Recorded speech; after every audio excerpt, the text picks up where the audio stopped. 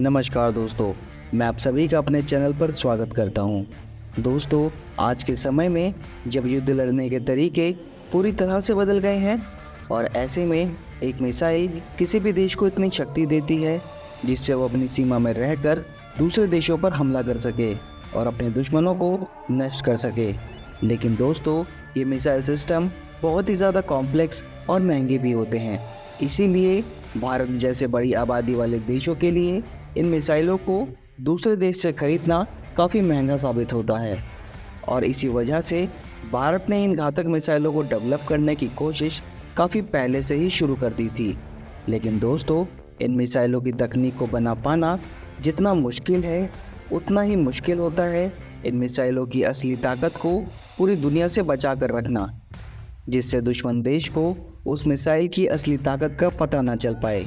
और जब भारत इन मिसाइलों का इस्तेमाल अपने दुश्मन पर करे तो दुश्मन के पास भी इन मिसाइलों की कोई काट मौजूद ना हो।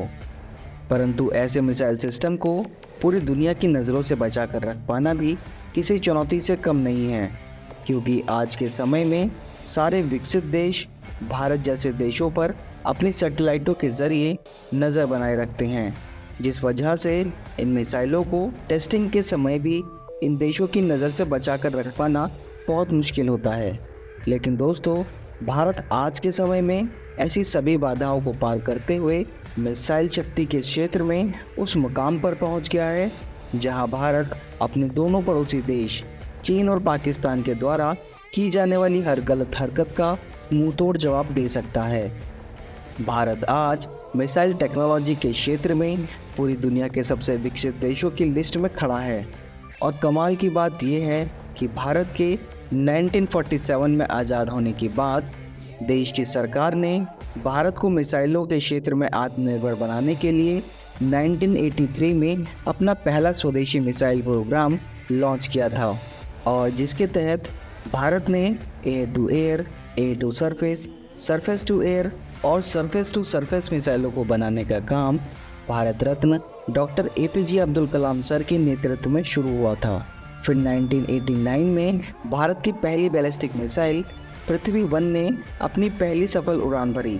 इस मिसाइल प्रोग्राम के अंतर्गत भारत के DRDO ने पृथ्वी, अग्नि, आकाश, नाग और त्रिशूल श्रेणी की मिसाइलों को डेवलप किया है और आज भी इन्हीं मिसाइलों के एडवांस वर्जन को और भी ज़्यादा एडवांस करने पर काम कर रहा है। इन मिसाइलों को भारत की तीनों सेनाओं जल, थल और वायु के लिए डेवलप किया गया है। लेकिन दोस्तों, ये सभी लॉन्ग रेंज की बैलिस्टिक मिसाइलें हैं जिनकी ज़रूरत भारत को बहुत ही कम पड़ती है और भारत के दोनों दुश्मन देश भारत के पड़ोसी देश हैं। इसलिए भारत को शॉर्ट रेंज की क्रूज मिसाइलों की ज़रूरत महसूस हुई और इन मिसाइलों को डेवलप करने के लिए भारत का साथ भारत के सबसे पुराने दोस्त रूस ने दिया। रूस ने भारत के साथ मिलकर एक शॉर्ट रेंज क्रूज मिसाइल को बनाने पर काम शुरू किया और 5 दिसंबर 1995 को एक कंपनी की नींव रखी गई जिसके अंतर्गत भारत और रूस ने मिलकर दुनिया की सबसे एडवांस और घातक क्रूज मिसाइल ब्रह्मोस को बनाया और इसी के साथ भारत ने लॉन्ग रेंज और शॉर्ट रेंज की सबसोनिक, सुपरसोनिक और हाइपरसोनिक मिसाइलों के क्षेत्र में महारत हासिल कर ली। दोस्तों, आज की वीडियो में हम भारत के सैन्य बेड़े में शामिल हाइपरसोनिक मिसाइलों के बारे में जानेंगे और साथ ही सबसोनिक, सुपरसोनिक और हाइपरसोनिक कौन से हथियार होते हैं इनके बारे में भी जानेंगे। लेकिन वीडियो में आगे बढ़ने से पहले अगर आप यहाँ तक वीडियो को देखते हुए आ गए हैं और आपको वीडियो अच्छी लगी है तो वीडियो को लाइक, शेयर और चैनल को सब्सक्राइब करना ना भूलें। चलिए दोस्तों, शुरू करते हैं। दोस्तों, आज के समय में भारत ने अपने बेड़े में सबसोनिक, सुपरसोनिक और हाइपरसोनिक सभी तरह के हथियारों को शामिल कर रखा है। लेकिन इन हथियारों के बारे में जानने से पहले हमें ये जानना होगा कि सबसोनिक, सुपरसोनिक और हाइपरसोनिक मिसाइलों में क्या अंतर होता है। दोस्तों, मिसाइल टेक्नोलॉजी को 3 कैटेगरी में रखा जाता है और मिसाइल किस कैटेगरी की है की बात उस मिसाइल की स्पीड पर निर्भर करती है। मिसाइल की स्पीड को नापने के लिए मानक के रूप में हम मैक शब्द का प्रयोग करते हैं। मैक का मतलब होता है ध्वनि की गति, जिसकी स्पीड 1192 किलोमीटर प्रति घंटा होती है। आइए दोस्तों, अब बात करते हैं कि एक सबसोनिक मिसाइल किसे कहते हैं। दोस्तों, 0.8 मैक तक की स्पीड से हमला करने वाली मिसाइलों को सबसोनिक मिसाइल कहते हैं। यानी ये एक ऐसी मिसाइल है जो 980 किलोमीटर प्रति घंटे की स्पीड से उड़ान भरती है और उसे ही सबसोनिक मिसाइल कहते हैं, जैसे अमेरिका की हार्पून और रशिया की कैलिबर मिसाइल। इसके अलावा पाकिस्तान की बाबर मिसाइल भी एक सबसोनिक क्रूज मिसाइल है और भारत में निर्मित निर्भय मिसाइल भी एक सबसोनिक क्रूज मिसाइल है। इसके अलावा भारत अमेरिकन हार्पून और रूसी क्लब क्लास सबसोनिक मिसाइल का इस्तेमाल करता है। दोस्तों, अब अगर बात करें सुपरसोनिक मिसाइलों की, तो सुपरसोनिक मिसाइल उस कैटेगरी की मिसाइल है जिनकी स्पीड 1.2 मैक से 5 मैक के बीच में होती है और इस कैटेगरी की अधिकतर मिसाइलें एंटी एयर इंटरसेप्टर मिसाइलें होती हैं। इसके अलावा कुछ देश सुपरसोनिक क्रूज मिसाइल का भी इस्तेमाल करते हैं। भारत की ब्रह्मोस मिसाइल भी एक सुपरसोनिक क्रूज मिसाइल है।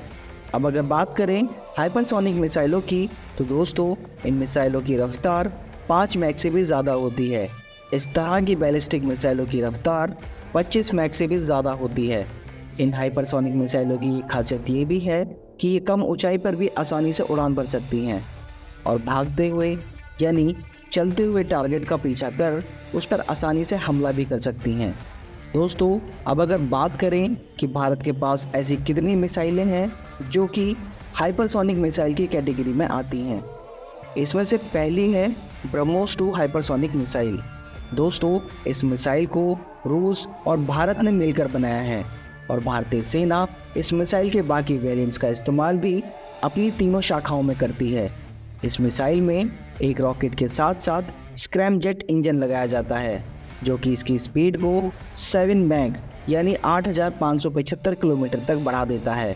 इस मिसाइल की मैक्सिमम रेंज 600 किलोमीटर है और इस मिसाइल के परीक्षणों के पूरा होने के बाद इसे तीनों सेनाओं को दिया जाएगा। इसके बाद आती है अगली मिसाइल जिसका नाम है शौर्य हाइपरसोनिक मिसाइल। दोस्तों, DRDO द्वारा बनाई गई शौर्य हाइपरसोनिक मिसाइल भी सारे साउंड बैरियर को तोड़ने में पूरी तरह से सक्षम है।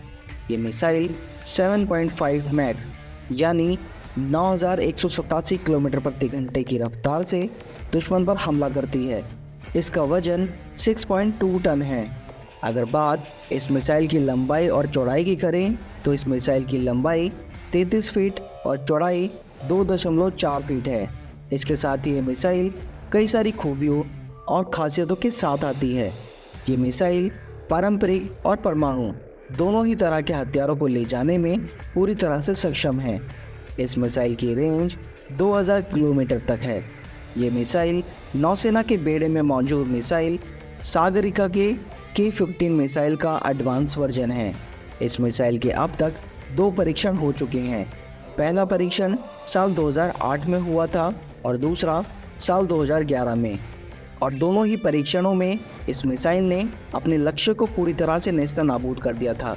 इसके बाद से इसे सेना में शामिल कर लिया गया था। तो दोस्तों, ये थी जानकारी भारत के हाइपरसोनिक हथियारों की। आज की वीडियो में इतना ही। अगर आप भारतीय सेना द्वारा ऑपरेट की जा रही रुद्रम मिसाइल के बारे में जानना चाहते हैं तो स्क्रीन पर दिख रहे वीडियो पर क्लिक करके देख सकते हैं। दोस्तों, आपको ये वीडियो कैसी लगी हमें कमेंट करके ज़रूर बताइएगा। इसके अलावा आप किन किन टॉपिक्स पर वीडियो को देखना पसंद करते हैं हमें कमेंट करके बता सकते हैं। वीडियो को अंत तक देखने के लिए आप सभी का बहुत बहुत धन्यवाद। जल्दी मिलते हैं नई वीडियो के साथ। तब तक के लिए जय हिंद, जय भारत।